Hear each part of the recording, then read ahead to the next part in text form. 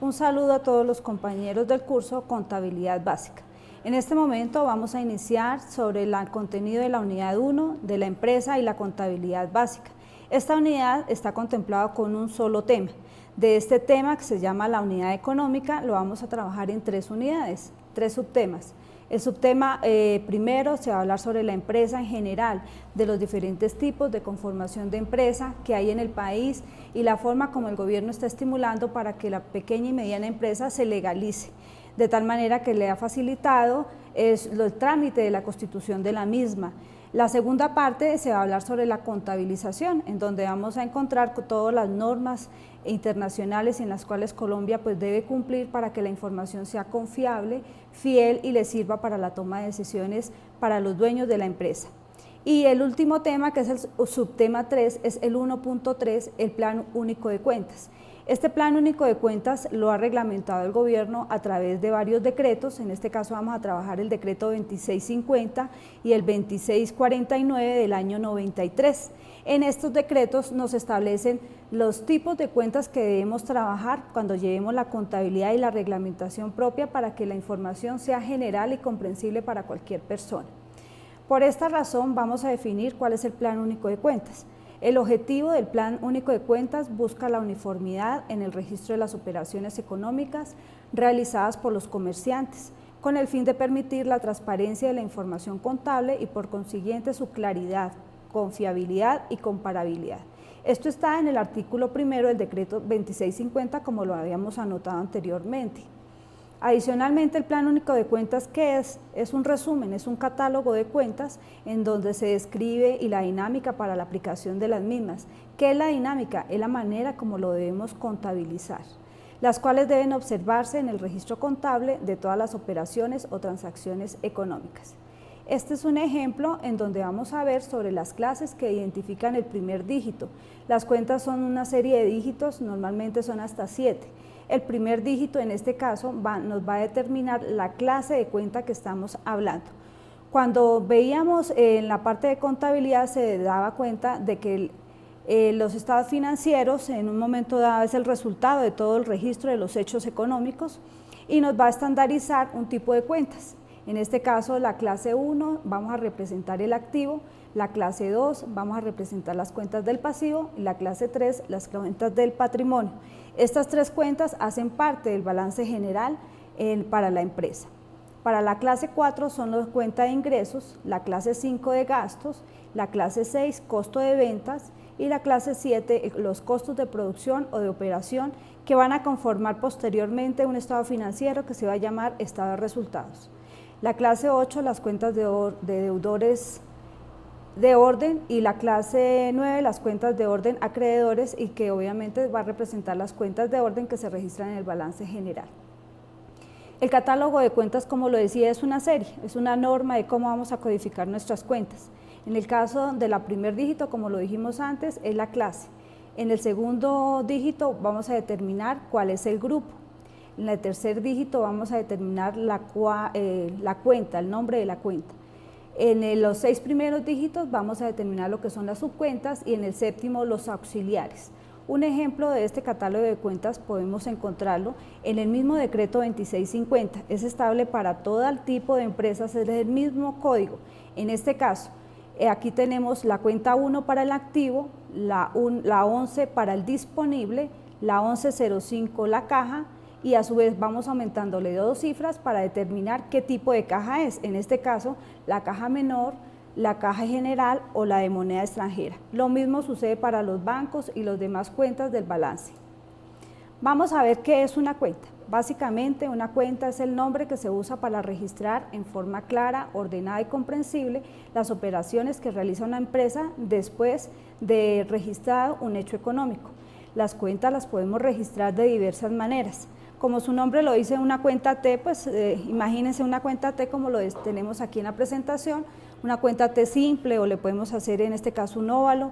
En la parte de arriba vamos a especificar cuál es el nombre de la cuenta, al lado izquierdo anotamos los debe, o sea las cuentas débito, y en el lado derecho las cuentas del haber o saldo crédito.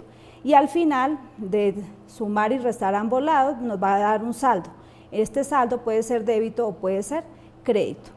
Como lo decimos, entonces volvemos a recordar, la cuenta es el nombre que se utiliza para el registro ordenado y clasificado de las transacciones comerciales realizadas por una empresa. Como en el ejemplo que estamos viendo, hay un saldo débito y un saldo crédito, se deben sumar todas las cuentas del lado derecho y todas las cuentas del lado izquierdo, luego se restan y pues dependiendo de cuál es mayor o menor, quedará un saldo débito o un saldo crédito. En general las cuentas se clasifican en tres tipos. La primera son las cuentas reales. Estas cuentas reales están determinadas con las cuentas del activo, el pasivo y el patrimonio. Como lo habíamos comentado antes, estas cuentas van a conformar posteriormente el balance general, que es un estado financiero básico para la institución. El segundo van a ser las cuentas nominales, donde vamos a registrar las cuentas del ingreso, el gasto y el costo. Con estas cuentas vamos a registrar el estado de pérdidas y ganancias, como se conocía anteriormente, o también ahora se le conoce más como el estado de resultados. Y la última son las cuentas de orden, que son las deudoras y las acreedoras. En estas cuentas vamos a registrar como la contingencia, el plan B o algunos títulos o en custodia que la empresa tiene y es necesario que se registren para llevar todo su control. Las cuentas reales o de balance están todos los valores de la empresa, como las propiedades, el efectivo, los valores y deudas a terceros. Igualmente se contempla todos los valores intangibles de la institución, como el goodwill, el buen nombre de la empresa, el quehacer de la empresa. Dentro de las cuentas reales, como lo habíamos comentado, están los activos, los pasivos y el patrimonio. Como le comentaban anteriormente, eso está estipulado en el decreto 2649 del 93. Vamos a definir las cuentas principales del balance. En este caso, la primera será el activo.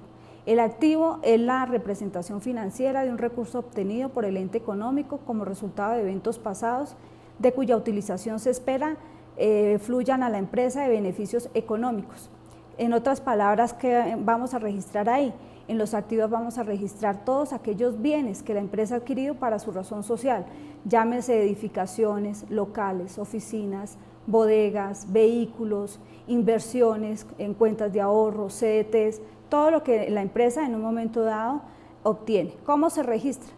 En el lado izquierdo es donde empiezan las cuentas y se registran y va aumentando. En el lado derecho se disminuyen y se cancelan. Y normalmente su saldo queda como de naturaleza débito. En el caso del pasivo, es una representación financiera en donde nos va a dar la obligación presente de la empresa derivada de eventos pasados, en virtud de la cual se reconoce que en el futuro se deberá transferir los recursos o proveer a otros entes. En este caso vamos a registrar, en palabras sencillas, todas las deudas que la empresa adquiere con los bancos, con terceros, con el Estado a través de impuestos o con los mismos socios. En esta cuenta lo mismo, lo vamos a registrar en una cuenta T, en donde el lado izquierdo se disminuyen y se cancelan. Y en el lado derecho se empieza y se aumenta y normalmente es de saldo crédito. Para el caso del patrimonio es el valor residual de los activos del ente económico después de deducir todos los pasivos, o sea, en términos generales es lo que realmente los dueños de la empresa han aportado.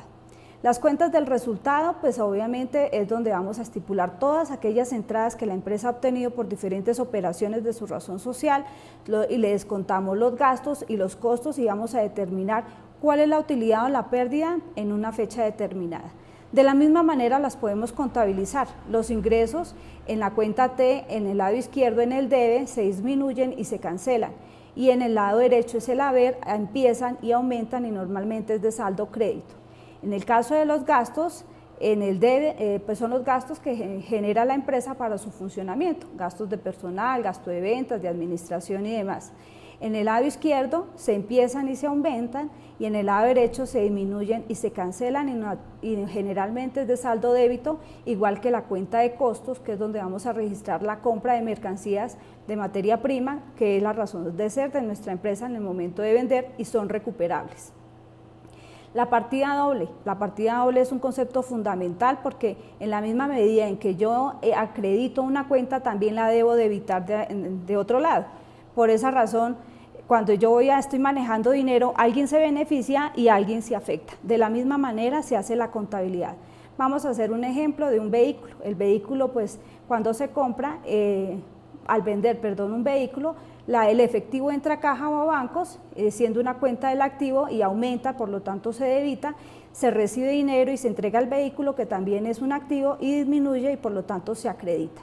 El asiento contable como tal es transformar esa cuenta T en un asiento en 2 líneas, en donde ya va a ser afectada con los códigos de cuenta para la empresa. Más adelante vamos a hacer un resumen general de la cuenta de cuándo se acredita y cuándo se debita, tanto para el activo, para el pasivo o las cuentas del balance. Señores estudiantes, yo los invito a que sigamos trabajando con el resto de información para poder salir de inquietudes, y cualquier situación o duda, por favor no duden en comunicarse. Muchas gracias.